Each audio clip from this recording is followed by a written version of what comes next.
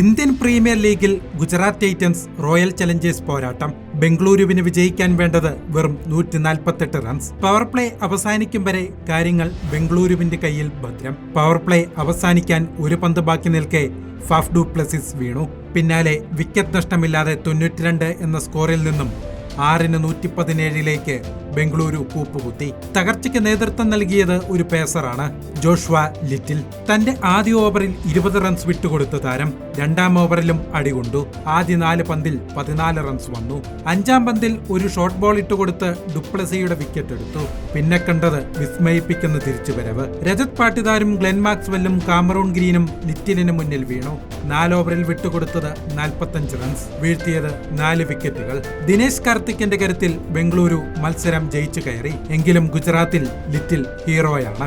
അയർലൻഡിൽ നിന്നാണ് ഈ 24-കാരന്റെ വരവ്. 16-ാം വയസ്സിൽ തന്നെ 2020 ക്രിക്കറ്റിൽ ഇറങ്ങേറി.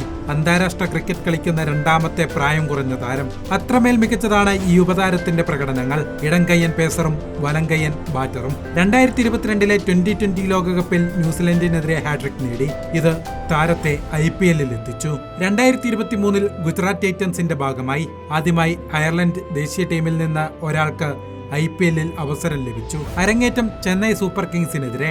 ആദ്യ ഓവറിൽ 15 റൺസ് വിട്ടുകൊടുത്തു. പിന്നെ ശക്തമായ തിരിച്ചുവരവ്. അതാണ് ലിറ്റിലിനെ വ്യത്യസ്തനാക്കുന്നത്. മത്സരത്തിന്റെ തുടക്കത്തിൽ തന്നെ തിരിച്ചടിയേറ്റാൽ മടങ്ങിവരവ് അസാധ്യമാണ്. ജസ്പ്രീത് ബുംറയെ പോലുള്ളവർ അത് സാധിച്ചിട്ടുണ്ട്. ഇപ്പോൾ ലിറ്റിലിൽ കാണുന്നതും ആ മികവ് തന്നെ. ഒരുപക്ഷെ ഒരു ഇടംകയ്യൻ വിസ്മയമാവും ജോഷ്വ ലിറ്റിൽ.